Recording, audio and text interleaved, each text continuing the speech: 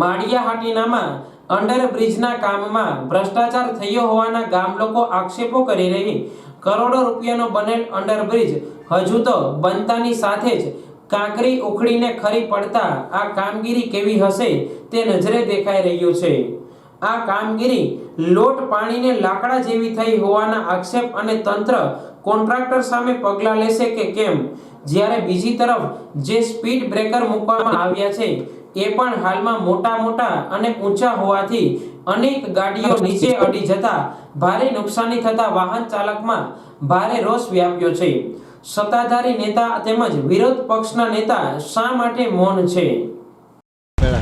મારું નામ ઇન્દ્રજીતસિંહ સિસોદિયા, માળિયા રેલવે સ્ટેશનની બાજુમાં આવેલ ફાટક, ત્યાં બમ્પ તંત્રએ બહુ મોટો કર્યો છે, નાના વાહનોને મુશ્કેલી પડે છે, એટલા માટે તંત્રને જણાવવાનું કે આ બમ્પના શોર્ટ કરી દે એવી અમારી વિનંતી।